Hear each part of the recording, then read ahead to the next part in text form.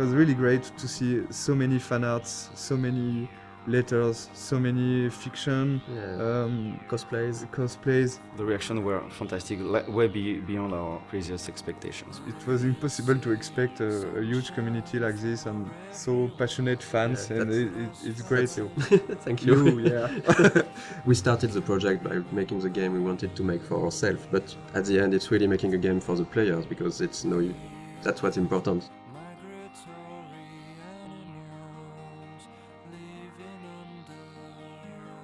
So welcome to the dev commentary of Life is Strange. We're really happy to be there and talk about the game. Thank you for watching. Thanks. I'm Raoul Barbet, one of the co-game director of the game. And I'm Michel Cor, the other co-game director of the game. We are two game directors working on one project, so it's really interesting to work that way.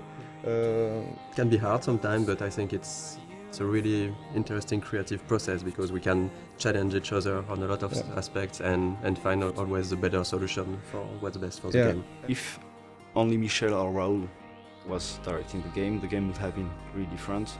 They both know how to make a game. Like they're not stuck in their field of expertise.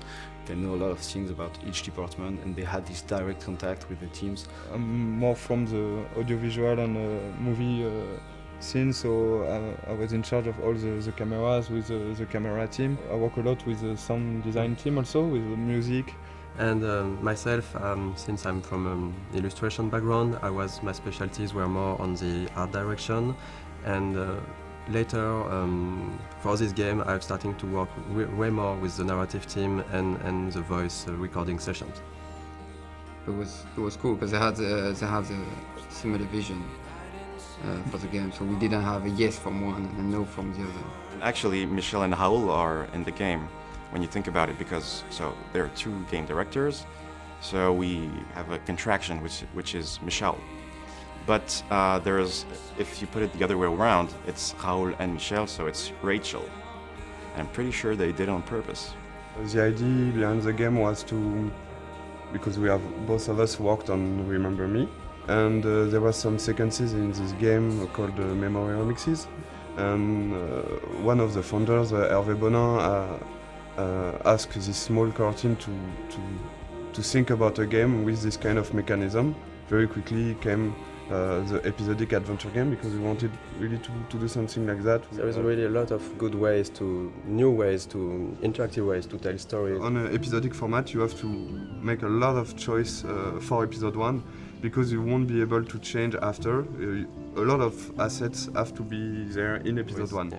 So the menu is one of those assets. It was interesting because there was a lot of variations. We did a lot of tries of what we wanted to show in this menu.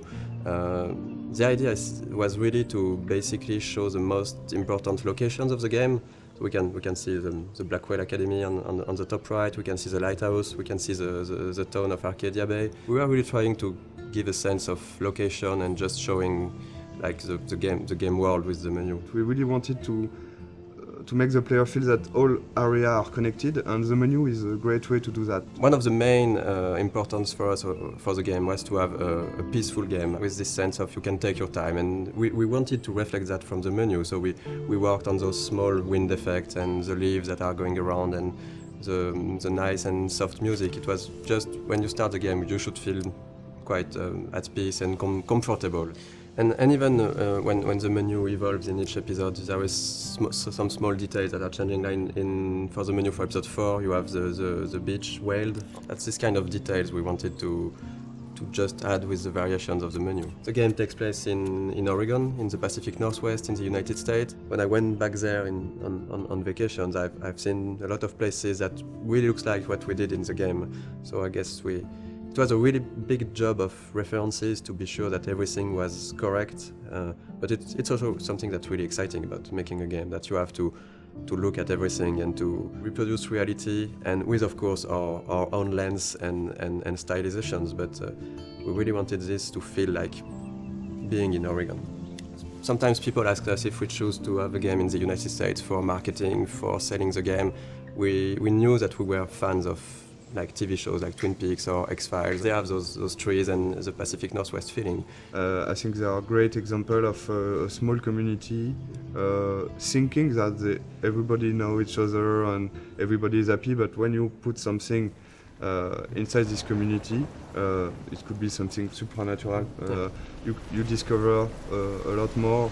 And it's really a way to shift things around and to bring chaos and interesting variations on the characters. And in the end, Life is Strange is really a game and a story about the characters, about their lives. It's not a story about the sci-fi elements. The sci-fi elements are just for us. They were just here to make things interesting.